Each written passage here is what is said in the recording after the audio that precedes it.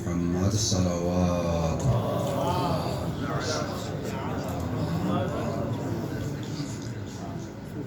أعوذ بالله من الشيطان الرجيم. بسم الله الرحمن الرحيم. الحمد لله رب العالمين والعاقبة للمتقين والنار للعاصين.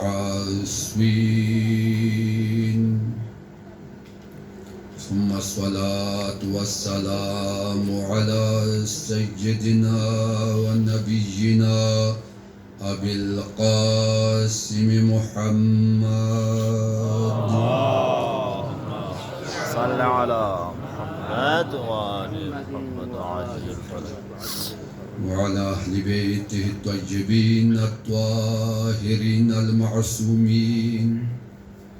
ولعنة الله على أعدائهم أجمعين. أما بعد، قال الله تبارك وتعالى: بسم الله الرحمن الرحيم. شهد الله أنه لا إله إلا هو والملائكة وأولو العلم قائما بالقسط. صلوات. اللهم صل على محمد وآل محمد. أجركم عند الله. آج ایک عظیم عالم دین کی احسان ثواب کے لیے مجلس سے چہلم کے حوالے سے حجت الاسلام والمسلمین شیخ علی رضا کربلائی مرحوم انتہائی با اخلاق، مہذب اور عشق اہل بیت میں سرشار اور ابا عبداللہ الحسین علیہ السلام کہ ان ایام اور ان لیالی میں فیض حاصل کر رہے ہیں. یقیناً ان کی روح بلند ہے. پروردگار سید الشہداء کے صدقے میں اور بلندی ان کو عطا فرمائے. یقیناً دوستان، علماء کرام، بزرگان سب نے اسی راستے پہ جانا ہے اور ہر ایک نے اپنی تیاری خود کرنی ہے. کفا بالموت واعظہ. اگر ذرا سے اگر آنکھیں کھل جائے تو ہمیں اپنے حساب و کتاب کرنے کے لیے یہی تصور کافی ہے. تو ہم دوسروں کے عیوب ڈھونڈنے میں اصلاً ہمیں نہ فرصت ملے نہ وقت ملے، بلکہ انسان اپنے آپ کو بنانے کے لیے، چونکہ تعمیر زندگی ہے، اسی وجہ سے علماء کی جو ذمہ داری ہے وہ بہت بڑی ذمہ داری ہے. اسی وجہ سے بہت بڑی فضیلتوں کا مالک بھی ہے. پروردگار عالم قرآن مجید میں علم کے آثار، علم کی فضیلت، علماء کی فضیلت اور ان کے جو دنیاوی اجر و ثواب اور اخروی جو مقامات ہیں مختلف آیتوں میں مختلف الفاظ کے ذریعے پروردگار عالم نے بیان کیا ہے. سارے اہل علم، اہل مطالعہ، تحقیق اور اہل دانش و بینش سے بہتر مجھ سے جانتے ہیں کہ کتنا مرتبہ ہے عالم کا. پروردگار عالم بعض آیتوں میں علماء کے کردار کو بیان کرتا ہے تو بعض آیتوں میں علماء کی فضیلت کو بیان کرتا ہے. اور اسی سے ہمیں پتہ چلتا ہے کہ عالم بننا یہ ہر ایک کے بس کی بات نہیں ہے.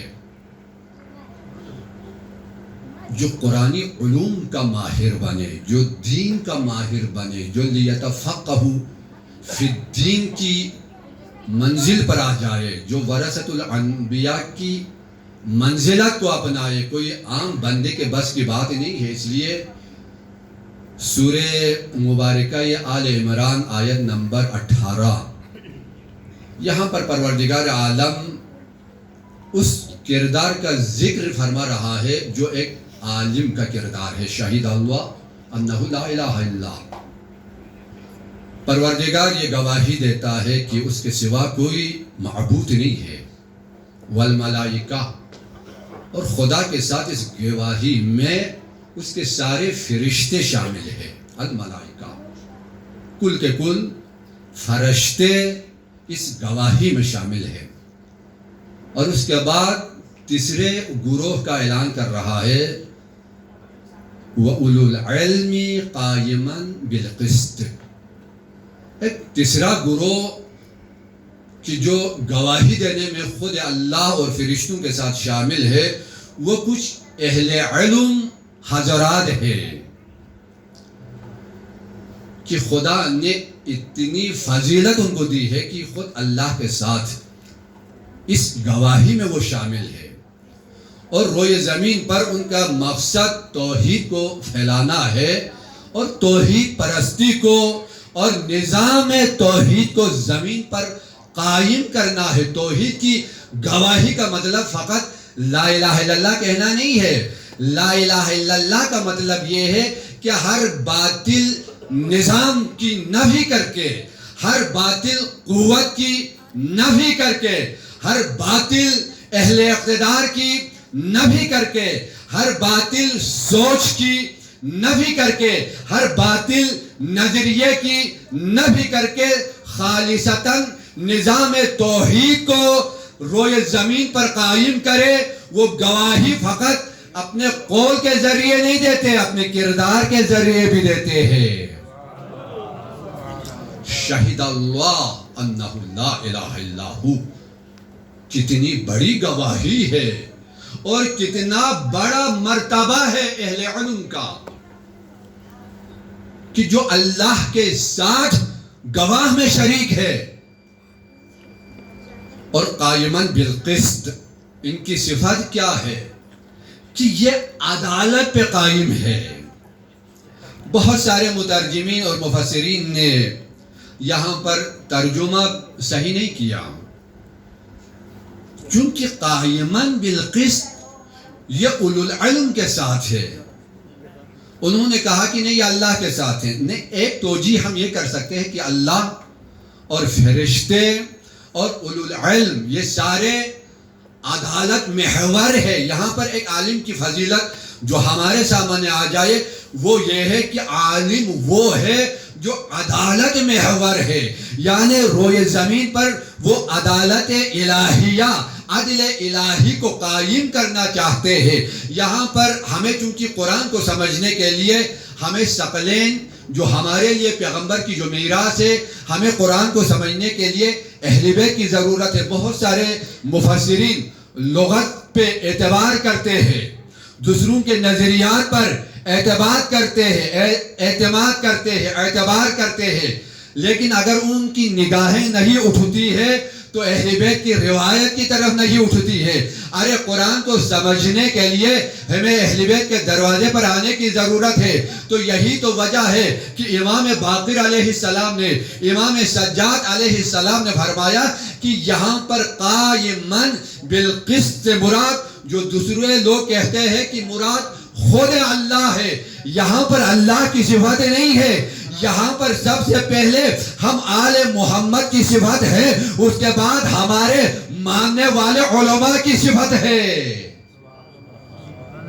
کتنا بڑا مرتبہ ہے قائماً بالقسط. البتہ خود اس کی تفصیل میں جانے کے لیے بہت وقت چاہیے کہ یہ عدالت کو کیسے قائم کرتے ہیں، چونکہ عالم کا کام معاشرے کو سنوارنا ہے، معاشرے کی تربیت ہے، معاشرے کی تعلیم ہے. تو اس کے بعد یہ فضیلت ہے، ان کے کردار بھی ہے. اور اسی طرح سورہ مبارکہ یہ مجادلہ فضیلت بیان فرما رہا ہے. یرفع اللہ الذین آمنوا منکم وَأُوتُوا الْعِلْمَ وَالَّذِينَ أُوتُوا الْعِلْمَ درجات. کہنے کو تو ایک لفظ ہے، خدا کیا فرمانا چاہ رہا ہے؟ خدا ہم جیسوں کو شناخت دے رہا ہے. جو اپنی شناخت بے شناخت لوگوں سے لینا چاہتے ہیں، اپنی شناخت ہم کہاں سے لیں؟ قرآن سے لیں، کیونکہ ہم سارے دین کے راہی ہیں. یرفع اللہ الذین آمنوا منکم، کہ پروردگار عالم خود بلند فرماتا ہے. یہ یہاں پر رفع نہیں ہے، یرفع ہے، یعنی مضارع ہے.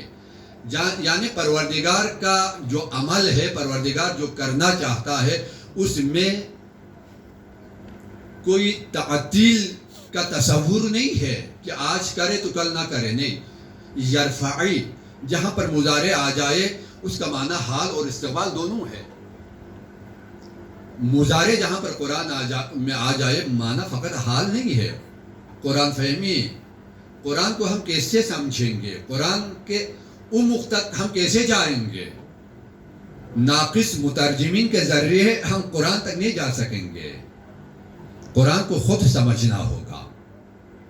اگر نہ سمجھے تو سب سے بڑے خسارے میں ہم لوگ ہوں گے. یرفع اللہ الذین آمنوا منکم، تم میں سے جو ایمان والے ہیں، صاحبان ایمان، ان کو خدا خود اٹھاتا ہے. والذین اوتوا العلم درجات، والذین اوتوا العلم درجات، اور جو وہ لوگ جو اہل علم ہے، صاحبان علم ہے، ان کے لیے ایک درجہ نہیں ہے بلکہ ان کے لیے درجات ہے. اور ان کے درجہ کسی اور کو اٹھانے کی ضرورت نہیں ہے، ان کے درجات خود پروردگار خود اٹھائے. یہ فضیلت ہے علماء کی. تو آج جس ہستی کے بارے میں ہم یہاں پر جمع ہوئے ہیں، یہ کوئی معمولی ہستی نہیں ہے، یہ اسی راہ کے راہی ہے، یہ اسی راہ پہ چلنے والا ہے. اسی وجہ سے، چونکہ ایک عالم کی فضیلت کیا ہے، پروردگار عالم قرآن کی متعدد آیتوں میں علماء کے مختلف کرداروں کو اور صفتوں کو سامنے لایا. تو قرآن مجید کو ایک مرتبہ سامنے رکھے، ایک مرتبہ پیغمبر کی حدیثوں کو اگر ہم سامنے رکھے، بھئی کتنی فضیلتیں ہیں. یہ فضیلتیں ہیں کیوں؟ من سلک طریقا یطلب فیہ العلم، یہ حدیث شیعہ سنی منابی میں ہے. خود البانی نے الصحیح ترمذی میں اس کو صحیح قرار دیا، اور ہماری شیعہ منابی میں بھی حدیث موجود ہے کہ دیکھو آپ اور میری اہمیت کیا ہے. ایک مرتبہ ہم دوسروں کے گن گاتے ہیں، دوسروں کی کہانیاں سناتے ہیں، دوسروں کی فضیلتیں سنتے ہیں. ایک مرتبہ کم از کم اپنی فضیلت سے تو ہمیں واقف ہونا چاہیے، کیونکہ جب تک معرفت نہ ہو ہم آگے نہیں بڑھ سکیں گے. من سلک طریقا یطلب فیہ علما، یہاں پر علما کہا. ہمارے علماء ادبیات کے ساتھی جانتے ہیں کہ میں زیادہ تشریح نہیں کروں گا کہ جو چلے کوئی علم حاصل کرنے کے لیے. البتہ اس حدیث کا بھی صدور ہے، جس طرح قرآن کے شان نزول اور سبب نزول ہے، میرے عزیزوں روایتوں کے بھی سبب صدور اور شان صدور ہے. یہ ابو درداء ایک صحابی ہے، یہ دمشق میں تھا. تو ایک پیغمبر کا صحابی، اس نے یہ سنا کہ اس کے پاس پیغمبر کی ایک حدیث ہے.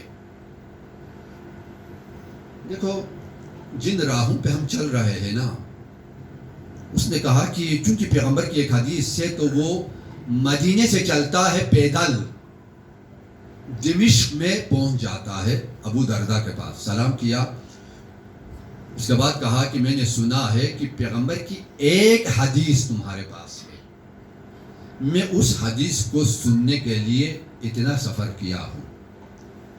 تو ابو درداء نے کہا تو تجارت کے غرض سے تو نہیں آئے ہو؟ کہا نہیں. کہا کسی اور دنیاوی مصلحت کے لیے؟ کہا نہیں. بلکہ واحد غرض یہ ہے کہ میں رسول اللہ کی حدیث تم سے لوں.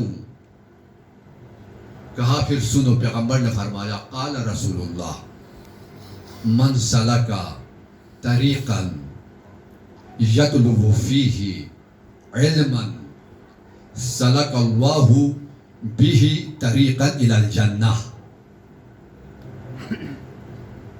جو کسی علم کے تلاش میں نکلے گا نا تو پروردگار خود جنت کی طرف اس کا راستہ بنا دے گا.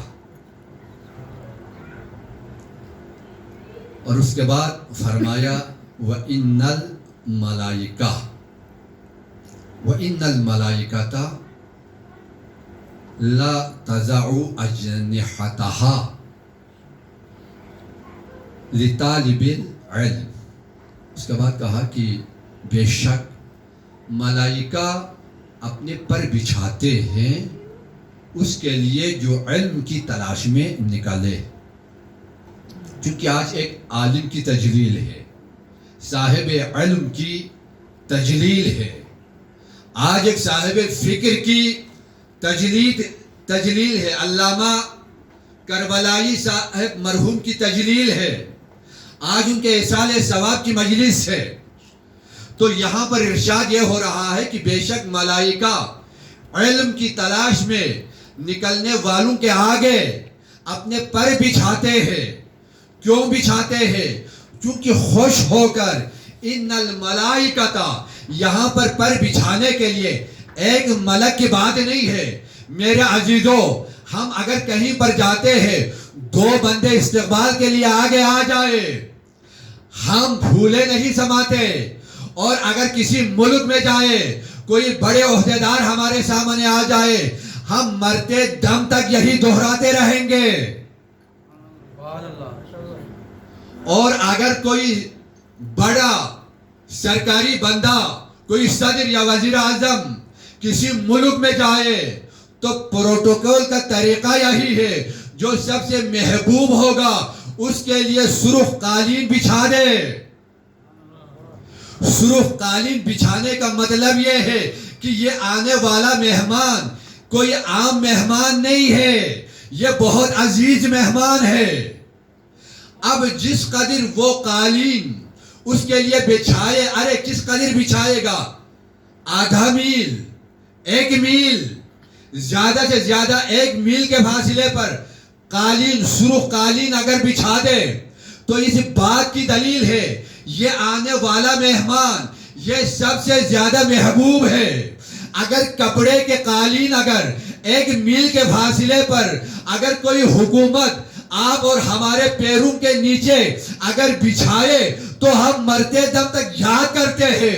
تو اس اللہ کی رحمتوں کا کیا کہنا کہ اللہ کے معصوم فرشتے علم حاصل کرنے والوں کے پاؤں تلے یہ سرخ قالین بچھاتے نہیں ہیں، یہ نور کے پر بچھاتے ہیں.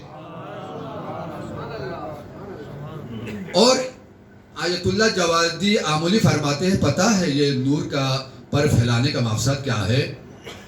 یہ پیغام دینا ہوتا ہے اب تیرا تعلق عالم ملک سے نہیں ہے، عالم ملکوت سے ہے. اب تم عالم ملکوت کے راہی ہو، علم کے حصول میں نکلو تو پس سوچ تمہیں پس نہ کر دے. زمینی ہو کے رہنے والے ادھر ہی رہ جاتے ہیں، پرواز کرنے کی ضرورت ہے. فرمایا کہ اپنی سوچ کو ملکوتی بناؤ. آج ہمارا درد کیا ہے؟ ہمارا درد یہی ہے کہ ہم ہمارے بال پر کٹے ہوئے پرندے کی طرح ہے، اس لیے سوچ نہیں ہے. میرے عزیزوں، یہ فرشتے، یہ نورانی فرشتے یہ اپنے نورانی پروں کو بچھاتے ہیں تاکہ تم پرواز کرنا سیکھو. وہ علم جہالت ہے جو تمہیں عالم ملکوت تک نہیں لے جائے. وہ علم جہالت ہے جو تمہاری سوچ میں تبدیلی نہ لائے. وہ علم نہیں ہے جو تمہیں رسالت تبلیغ سے بے خبر کرے. وہ علم جہالت ہے جو تمہیں فضول باتوں میں گمراہ کر کے رکھے. وہ علم نور نہیں ہے جو جس منہ سے نکلے اس منہ کو نورانی نہ بنائے, اس وجود کو نورانی نہ بنائے. اس لیے کہ جب تیرے پاؤں تلے نورانی پر بچھے تو تیرا وجود بھی نورانی بن جائے گا. سنخیت شرط ہے میرے عزیزو, اس میں جانا نہیں چاہوں گا. اب تو یہاں پر کیا فرمایا, اس کے بعد فرمایا ان العالم لیستغفر.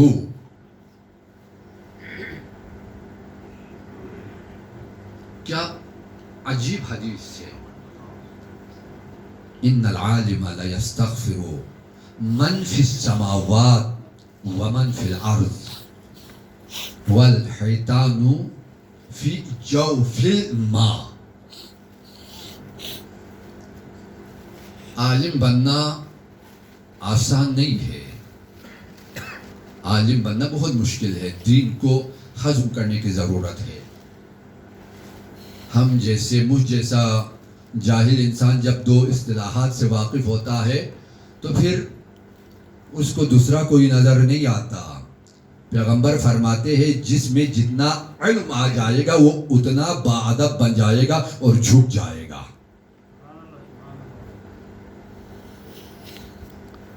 جو ظرف خالی ہونا وہ ہمیشہ آواز دے.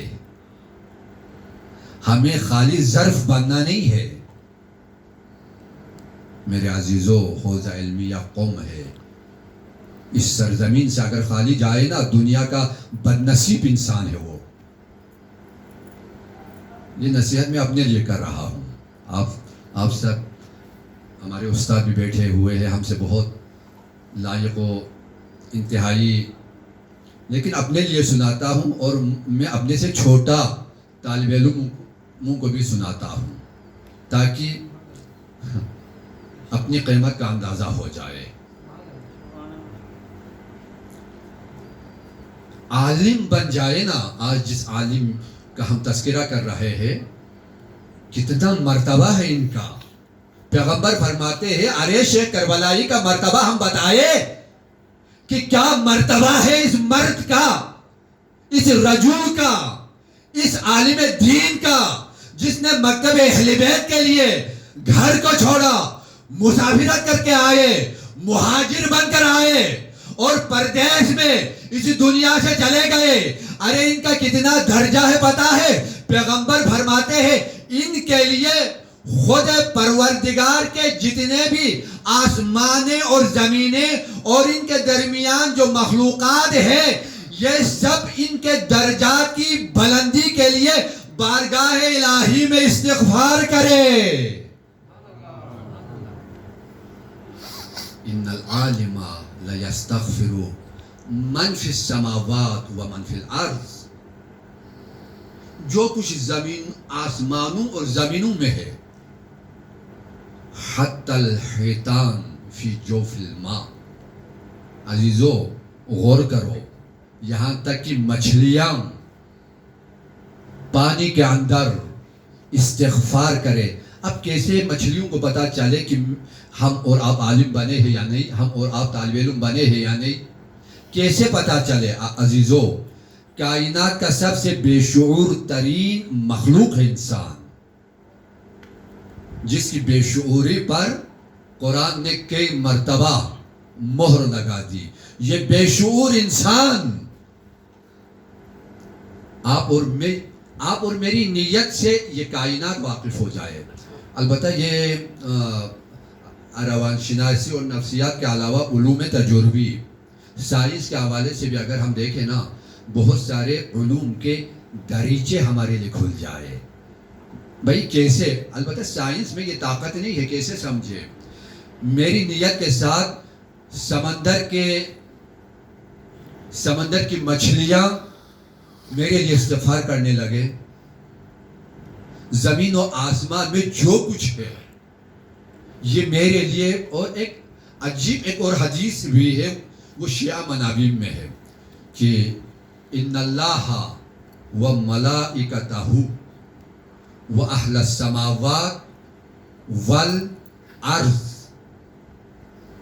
حتی نملا فی جحرها والحوت فی الماء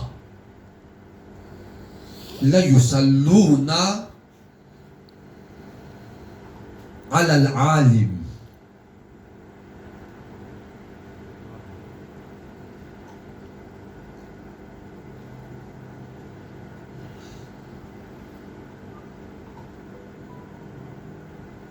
جس قدر ہم غور کریں اس حدیث پر، بہت سارے معرفت کے دروازے ہمارے لیے اس حدیث سے کھولے. کیا عظیم حدیث ہے. ہدیہ کر رہا ہوں اس مرحوم کے روح کے لیے. ان اللہ و ملائکتہ، خدا اور خدا کے سارے فرشتے اور تمام اہل آسمان اور تمام اہل زمین، یہاں تک چونٹیاں اپنے بلوں کے اندر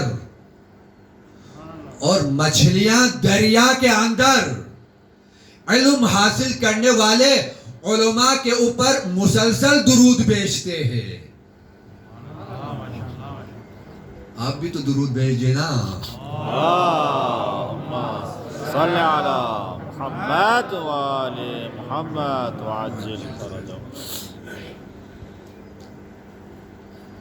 یہ کتنا مرتبہ ہے، اسی وجہ سے فرمایا کہ مداد العلماء افضل من دماء الشہداء.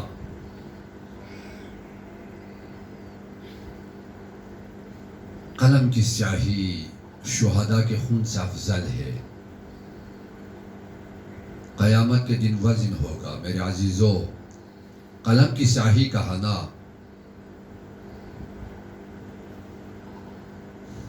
کتنا مرتبہ ہے قلم کا. عالم بنے قلم نہ اٹھے، مجاہد ہو ہاتھ میں اسلحہ نہ ہو تو وہ کیسا مجاہد ہے؟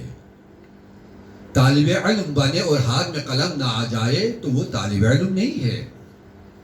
لیکن الحمدللہ مکتب اہل بیت میں آنے والے ہر ایک مجاہد کے ہاتھ میں قلم ہے. قلم ہے میرے عزیزو. لیکن یہ قلم کی اہمیت کیا ہے؟ عالم مداد العلماء. یہاں پر دیکھو، ایک مرتبہ میں کسی شہید کی مجلس پڑھ رہا تھا تو بعض آیتوں کا مطالعہ کیا تو عقل حیران ہو کے رہ گئی. اتنا مرتبہ قرآن میں شہید کے لیے، کتنا مرتبہ ہے میرے عزیزو. عقل حیران ہو جائے اس قدر شہید کی فضیلت اور شہید کا مرتبہ اور شہید کے آثار دنیا اور آخرت دونوں کے لیے قرآن بیان کرتا ہے. شہید کی فضیلتوں کی کوئی حد نہیں ہے. جو عند ربہم یرزقون کا مصداق ہو، جس شہید کے لیے قرآن مردہ کہنے کے لیے سوچ پر بھی پابندی لگائے، زبان پر بھی پابندی لگائے، وہ شہید کی جو عند اللہ مقام حاصل کرے، اس شہید کے خون سے علماء کے قلم کی سیاہی افضل ہے. تو مجھے یہ کہنے دیجئے اس شہید سے اس عالم کا مرتبہ کتنا بڑا ہوگا، کتنا بڑا مرتبہ ہوگا. ہمیں سمجھنا ہوگا میرے عزیزو. یہ کوئی خطابت کے الفاظ نہیں ہے، یہ حقیقت دین ہے. حقیقت دین ہے. مداد العلماء افضل من دماء الشہداء. اس لیے کہ معاشرہ پرور ہے، قلم شہید پرور ہے، عالم پرور ہے، متقی پرور ہے، مکتب ساز ہے. قلم کی سیاہی. آج اس عظیم ہستی کا تذکرہ ہے. ہماری طرح مکتب اہل بیت کا ایک شاگرد ہے، لیکن ہم ان کی فضیلت بیان نہیں کر سکتے. میں تو چھوٹے طالب علم کی فضیلت بیان کرنے سے بھی قاصر ہوں. اتنی فضیلتیں ہیں. لیکن ایک طالب علم کو ضائع کرنا یہ مکتب کو ضائع کرنا ہے. ہم آج کل بعض دوستوں سے دیکھتے ہیں اور سنتے ہیں، خدا کے لیے اپنی اصلاح کرو. کربلا بنی ہے اصلاح کے لیے. بچوں کی طرح لڑتے ہیں سوشل میڈیا پر. کتنا افسوس ہے, ہماری حقیقتیں کھل کے دشمنوں کے سامنے جا رہی ہے. وہ لوگ ہم پہ ہنستے ہیں کہ یہ کتنے بچے ہیں حوزہ علمیہ قوم میں. میری عزت آپ کی عزت, آپ کی عزت میری عزت. میرے عزیزوں, دیکھنے والے یہ نہیں دیکھتا کہ یہ کون پڑھ رہا ہے, یہ دیکھتا ہے کہ حوزہ علمیہ قوم سے پڑھ رہا ہے. میں حدیث غلط پڑھوں, آپ سب کے اوپر آیت غلط پڑھوں یا غلط استدلال کروں, یہ حوزہ علمیہ کی بدنامی ہے. میرے عزیزوں, آئے ہو کس لیے؟ اگر آیت بھی نہ پڑھ سکے, حدیث بھی نہ پڑھ سکے, دین کی تحلیل بھی نہ کر سکے, اگر کچھ نہ کر سکے تو آپس میں اچھی گفتگو تو کر لے. یہ تقاضا ہے کربلا کا, درد ہے میرے عزیزوں. ایک دوسرے کو سمجھنے کی کوشش کرے. یقیناً کربلا ہم سب کے لیے درس حیات ہے, لیکن شیخ کربلائی خدا آپ کے درجات کو اور بلند کرے. کتنا بڑا جنازہ اٹھا, آپ سب شریک تھے نا.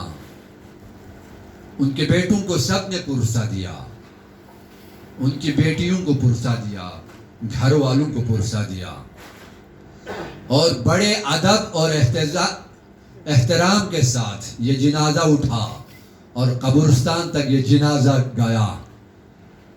اور بڑے لوگوں نے اس جنازے کے ساتھ وفاداری کا اعلان کیا. لیکن لا یوم کا یومک یا ابا عبداللہ, السلام علیکہ یا ابا عبداللہ. اگر کسی کا جنازہ نہیں اٹھا تو زہرا کا لال حسین کا جنازہ نہ اٹھا. اجرکم علی اللہ. لیکن اٹھانے کے لیے ایک بہن آگے بڑھتی ہے تو شمر ہاتھ میں تعزیانہ اٹھا کے آتا ہے.